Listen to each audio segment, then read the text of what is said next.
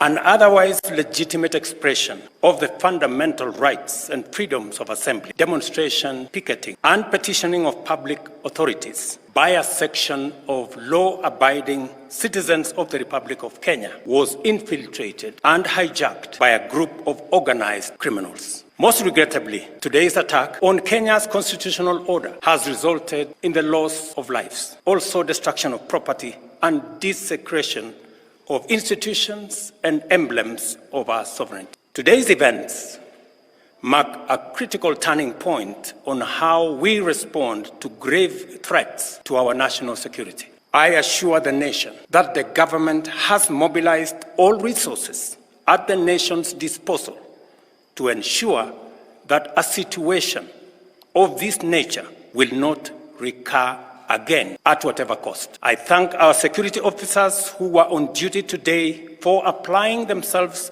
to the best of their abilities in the defense of Kenya and its people.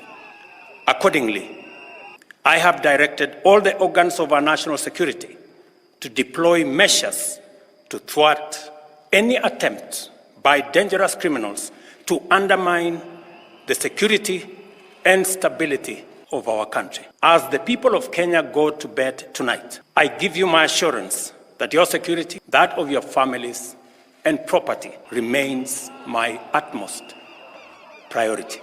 To the young people of Kenya, who I must thank for helping our country organize our democratic discourse around issues, I thank you and assure you that the conversation you have begun around pertinent issues of our nation will continue to inform our policy and governance decisions. As I promised on Sunday, this conversation will not be in vain. I will not only champion for the cause of issue-based, policy-oriented, and tribeless engagement on critical national issues, but also provide a framework for this conversation to be processed and its outcomes implemented. However, our national conversation on any subject matter must be conducted in a manner that respects and honors the foundational values upon which our nation is established, namely constitutionalism, the rule of law, and respect for institutions.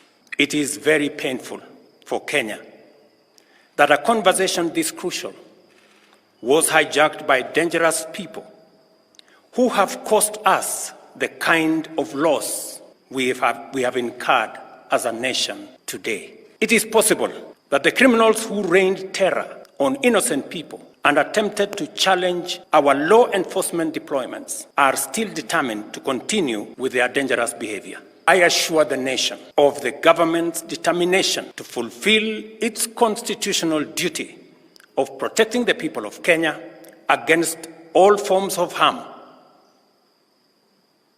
I hereby put on notice the planners, financiers, orchestrators, and abettors of violence and anarchy that the security infrastructure established to protect our republic and its sovereignty will be deployed to secure the country and restore normalcy. It is not in order or even conceivable that criminals pretending to be peaceful protesters can rain terror against the people, their elected representatives, and the institutions established under our Constitution and expect to go scot-free.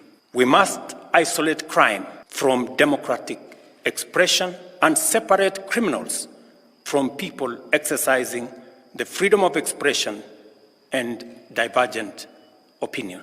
I shall continue to lead a government that is fully committed to maintaining the integrity of our state, promoting the unity of our nation, and enhancing the peace and security of all citizens and their livelihoods. I am bound under sacred constitutional mandate to respect, uphold, and defend the Constitution of Kenya, which declares that all sovereign power belongs to the people, and that this power shall be exercised only in accordance with the Constitution. The government will therefore uphold its constitutional mandate to secure our nation and its development, and shall treat every threat to national security and the integrity of our state as an existential danger to our republic. Accordingly, I assure Kenyans that we shall provide a full, effective, and expeditious response to today's treasonous events.